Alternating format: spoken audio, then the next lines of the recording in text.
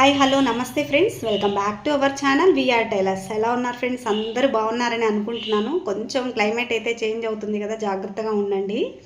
ఈరోజు మీకు నేను నా ఫ్రైడే మార్నింగ్ అయితే మీతో షేర్ చేస్తున్నాను.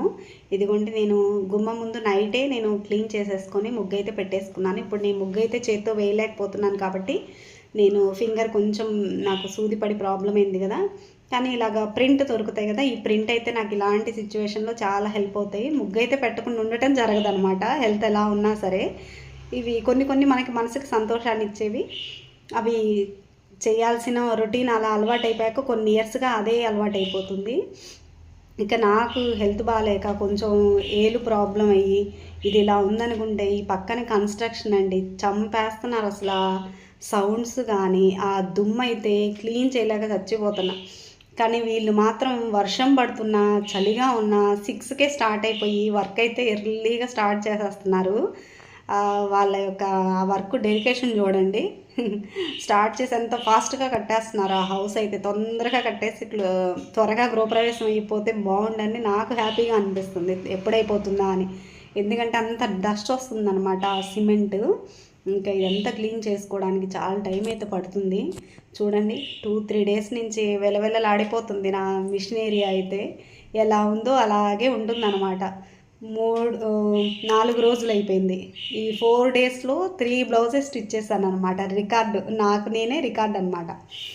ఇవి అర్జెంట్ అయినవి 2 స్టిచ్ చేశాను. ఒకటి కట్ వర్క్ బ్లౌజ్, నాకు చెయ్యికి తగిలిన నెక్స్ట్ డేనే మార్నింగే కట్ వర్క్ బ్లౌజ్ అయితే కుట్టాల్సి వస్తుంది. కుట్టాల్సి వచ్చి కుట్టేశాను అనమాట. కానీ చూడండి ఎంత సైలెంట్గా ఉందో. నాకు ఇలా ఉంటే చాలా దిగులుగా అనిపిస్తుంది, ఏం చేయలేం కదా. ఇక మార్నింగ్ అయితే పూజ అయితే అయిపోయిందనమాట. మా సార్ పూజ చేసేసారు. ఇక నేను కూడా ప్రసాదాలు చేసేసి స్వామి దగ్గర పెట్టేసుకొని ఇక నేను కూడా దండం పెట్టేసుకొని కొంచెం అయితే ప్రశాంతంగా అయితే ఇంకా డే అయితే స్టార్ట్ అయింది. కొంచెం ఫ్రైడే స్పెషల్గా చేసుకుంటాను అంతేను. ఇక డైలీ రొటీన్ అయితే ఇదే ఉంటుంది. కాకపోతే కొంచెం టైం దొరికినప్పుడు మనం టైం పీస్ఫుల్గా స్పెండ్ చేస్తాం, అంతే అనమాట. నాకు దొరికే ఆనందం ఇట్లే, ఇందులోనే చూసుకుంటాను. ఇక అక్కడి నుంచి కిచెన్లో అయితే ఇక వర్క్ అయితే కంప్లీట్ అయిపోయిందండి. ఇదిగోండి ఇలా ఉంది. వంట కూడా చేసేసాను. ఇంకా ఎర్లీగా చేసేస్తే అట్లీస్ట్ ఇంకా 2 అయినా స్టిచ్ చేయగలదు కదా, ప్రయత్నిద్దాం 2 అన్నా స్టిచ్ చేయడానికి అనేసి వంట అయితే చేసేసాను. ఇదిగోండి మీకు మెనూ అయితే చూపిస్తాను. ప్రాసెస్ చూపించట్లా, జస్ట్ నేను మెనూ చూపిస్తున్నాను అనమాట. ఈరోజు ఫ్రైడే శుక్రవారం కాబట్టి పాయసం అన్నం చేశాను. ఇలా పొంగల్ చేసేసి ఇక మనకి తొందరగా అయిపోయేటట్టు ప్లెయిన్ పప్పు అనమాట, అంటే ముద్దపప్పు. మా వాళ్ళు ఇంట్లో మాకు పొంగలికి ముద్దపప్పు నెయ్యితో తింటారనమాట. నేనైతే కోల్డ్ అయింది కాబట్టి అందుకే కొంచెమే చేశాను అనమాట. ప్రసాదం కూడా ఇంకా జలుబు టైం కదా, అలాగే కట్టె పొంగల్ కూడా చేశాను. అంటే మిరియాలు వేసేసి కట్టె పొంగల్ అనమాట. ఇంక ఇదే టిఫిన్కి కూడా ప్రసాదంగా. ఇప్పుడు ధనుర్మాసం కాబట్టి ఎక్కువగా మనం ఇలాగే పెడతాం కదా కట్టె పొంగలి, అట్లా ప్రసాదం అనేది మిరియాలు వేసేసి చేశానమాట. కొంచెం బాడీకి కూల్గా ఉంటుంది, పెసరపప్పు వేస్తాం కాబట్టి వేడివేడిగా తినడానికి కూడా బాగుంటుంది అనేసి ఇలా ప్లాన్ చేసుకున్నాను. ఇక ప్రసాదాలు పెట్టేసిన తర్వాత ఇక నేను ఇక్కడ సాంబార్ చేశానండి. అంటే సాంబార్ కాదు, ఇది పప్పుచారు. సాంబార్కి పప్పుచారుకి డిఫరెన్స్ ఉందండి. నాకు ఎందుకో నోరు బాగలేదు, కొంచెం టేస్టీగా తినాలి అనిపించి అమ్మ చేసి పప్పుచారు గుర్తొచ్చి అలా చేశాను. దాంతోపాటు ఇది ఉసిరికాయ తొక్కు అనమాట. ఉసిరికాయ తొక్కు అంటే మనకి ఇట్లా జలుబు చేసినప్పుడు కానీ పిల్లలకైనా కానీ మనకి ఇమ్యూనిటీ పెరగాలంటే ఇలా ఉసిరికాయ కూడా మనం పచ్చడి రూపంలో తీసుకుంటే చాలా యాక్టివ్గా అనిపిస్తుంది. ఇది నేను ఇయర్ మొత్తం నిల్వ చేసుకుంటాను అనమాట. ఉసిరికాయలు తీసుకొచ్చేసుకొని సాల్ట్ వేసేసి మిక్సీ చేసి పసుపు కలిపి స్టోర్ చేసుకుంటాను. ఇప్పుడు ఇది వచ్చేసి గాజు సీసాలో ఫ్రిడ్జ్లో పెట్టుకుంటాను. ఇంకా అయిపోయిందిలే అనేసి నేను ఈ చిన్న డబ్బాలో తీసుకొని ఈ మధ్య వాడుతున్నాను. అయిపోయింది, మళ్ళీ తీసుకొచ్చి ప్రాసెస్ చేయాలన్నమాట. కానీ ఇంకా నాకు ఈ మధ్య మ్యారేజ్ బట్టలు కుడుతూ మళ్ళీ చేతికి ఇలా అయిపోయిందని లోపే కార్తీక మాసం అయిపోయింది. తర్వాత ఇంక మళ్ళీ మ్యారేజ్ బట్టలు కుట్టాను, ఇప్పుడు చేతికి ఇలా అయిందని ఇంకా తేలేదు. వస్తున్నాయి ఇప్పుడు కూడా, తీసుకొచ్చి చేయాలి. అది ఉంటే కనుక మనం వీక్లీ 2 డేస్ కనుక మనం తీసుకుంటే బాగుంటుంది ఉసిరికాయ పచ్చడి కూడా. ఇక ఈ పప్పుచారు మధ్యాహ్నంకి ఉంటుంది. ఇప్పుడు అందులో కూడా కట్టె పొంగల్లో కూడా కాంబినేషన్ వేడివేడిగా బాగుంటుందన్నమాట. అలాగే ఇప్పుడు ఎటు పప్పుచారే ఉంటుంది కాబట్టి ఇంక ఇడ్లీకి అయితే వేసాను. ఇదిగోండి ఇడ్లీకి నేను రాగి ఇడ్లీకి నానపోసాను అనమాట. మినపప్పు 1 కప్పు, రాగులు 2 కప్పులు. ఇవి మనం గ్రైండ్ చేసుకున్నాక మనం ఇడ్లీ రవ్వ వచ్చేసి 1 కప్పు వేసుకొని మిక్స్ చేసి పెట్టేసుకుంటే మనకి ఇడ్లీ చాలా బాగుంటాయి. అప్పుడప్పుడు నేను పిండి వేస్తుంటాను, రాగి పిండి ఇడ్లీ బ్యాటర్లో. ఒక్కొక్కసారి ఇలా కూడా వేస్తుంటాను అనమాట. ఇంకా రైస్ అయితే కొంచెమే కడిగిపెట్టాను. ఇప్పుడు టిఫిన్కి అయితే కట్టె పొంగలి సాంబార్ తినేసేస్తే ఇది మధ్యాహ్నానికి. ఆఫ్టర్నూన్ కూడా ఇంకా నేను స్టిచ్చింగ్ స్టార్ట్ చేస్తాను అన్నాను కదా.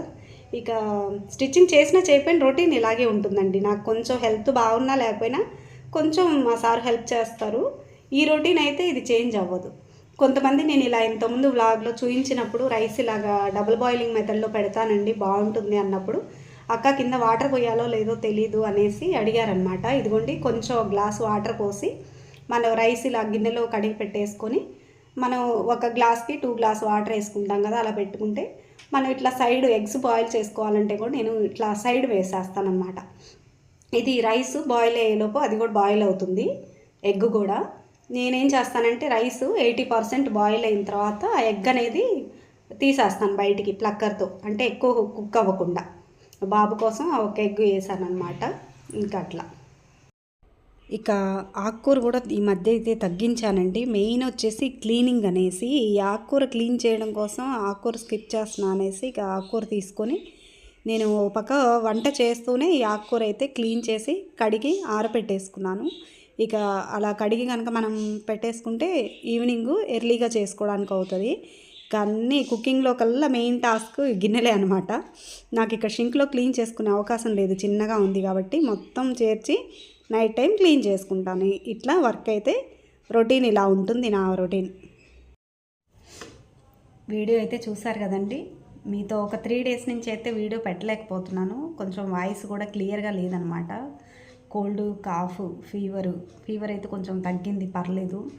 ఒక్క చిన్న ప్రాబ్లం తోటి నాకు 4 డేస్ నుంచి అయితే వర్క్ ఆగిపోయింది. వర్క్ ఆగిపోయిన ఇంట్లో రొటీన్ అయితే మనకి చేంజ్ అవ్వదు కదా. కోల్డ్గా కొంచెం ఫీవర్ తగ్గినా కానీ వర్క్ డైలీ రొటీన్ అయితే నాది ఇలాగే ఉంటుంది. కాకపోతే కొంచెం ఫాస్ట్గా అయ్యేది స్లోగా ఉంటుందన్నమాట. మీకు ఏదో ఒక వీడియో అయితే షేర్ చేయడం అని కాకుండా మీతో మాట్లాడాలి. అట్లీస్ట్ నేను ఎడిటింగ్ అయితే చేయలేకపోతున్నాను అనమాట. బాగా హెడేక్, కోల్డ్గా ఉందనేసి 3 డేస్ నుంచి నేను ఎడిటింగ్ కూడా చేయలేకపోయాను. పైగా ఇది ఫింగర్ వచ్చేసి ఎడిటింగ్ చేసేటప్పుడు కూడా నాకు సపోర్ట్ చేయట్లేదు అనమాట. అందుకోసం ఎందుకులే రిస్క్ అనేసి వీడియోస్ కూడా పెట్టట్లేదు కదా. మీతో కానీ మిస్ అవుతున్న ఫీలింగ్ అయితే ఉంది. మీతో మిమ్మల్ని పలకరిస్తూ మీరు మెసేజెస్ పెడుతుంటారు కాబట్టి నేను మీతో మాట్లాడినట్టు కూడా ఉంటుంది అనేసి చిన్న వీడియో అయితే షేర్ చేస్తున్నాను. 4 డేస్ నాకు ఇన్సిడెంట్ జరిగి ఇప్పుడు 4 డేస్ అయింది కదా. సండే, మండే, ట్యూస్డే, థర్స్డే, ఈరోజు ఫ్రైడే, 5 డేస్ ఈ రోజుతో కలిపి కంప్లీట్గా 4 డేస్. 4 డేస్లో నేను 3 బ్లౌజెస్ స్టిచ్ చేశాను అనమాట. కొంచెం పర్లేదులేండి. క్యూర్ అంటే పూర్తిగా సపోర్ట్ అన్ని పనులు చేసుకోగలుగుతున్నాను, కానీ ఇదిగోండి స్టిచ్చింగ్ అయితే భయం వేస్తుంది. భయం అంటే ఫింగరు థ్రెడ్ తగలడము అలా జరుగుతుంది కదా, అందువల్ల స్టిచ్చింగ్ అయితే చేయలేకపోతున్నాను.